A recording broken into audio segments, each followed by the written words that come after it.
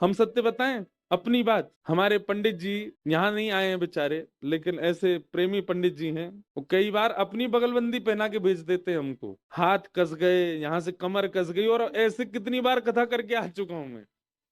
कितनी बार तो यहाँ से बगलबंदी फटी होती, किसी को पता भी नहीं होता, 5-10 हजार प्रणाम और कर जाते हैं लोग, बाद में पता चली पीछे से फट रही है। अद्भुत है हमारे महाराज जी। लेकिन पहले फर्क पड़ता था, अब नहीं पड़ता। हमारे पंडित जी जो जिनकी मैं बात कर रहा हूँ, वो एक बार गए वृंदावन में, बोले महाराज जी के लिए हम बगलबंदी बनवाएंगे मेरे लिए। तो स्वयं गए जाकर के दुकान से, बोले बढ़िया वाला कपड़ा दो। तो जो दुकानदार थे उन्होंने देख लिया कि पंडित जी बेचारे बड़े भोले हैं, तो उन्होंने टेरिकॉट होता है ना, बिल्कुल सबसे लोअर क्वालिटी का कपड़ा, वो निकाल दिया और उसका रेट बताया हाई क्लास का। बोले महाराज जी सबसे बढ़िया है ये।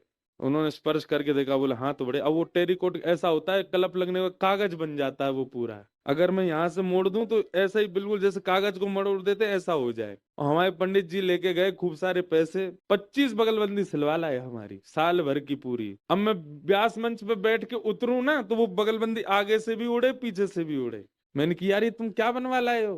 बोले महाराज जी सबसे महंगा कपड़ा है वृंदावन का। फिर एक जानकार कोई कलकत्ता के मिले, उनसे मैंने कि यार ये कपड़ा कैसा है, ये उड़ता रहता है, ये कहीं से भी दबा दो ये बिल्कुल कागज की तरह सिमट जाता है।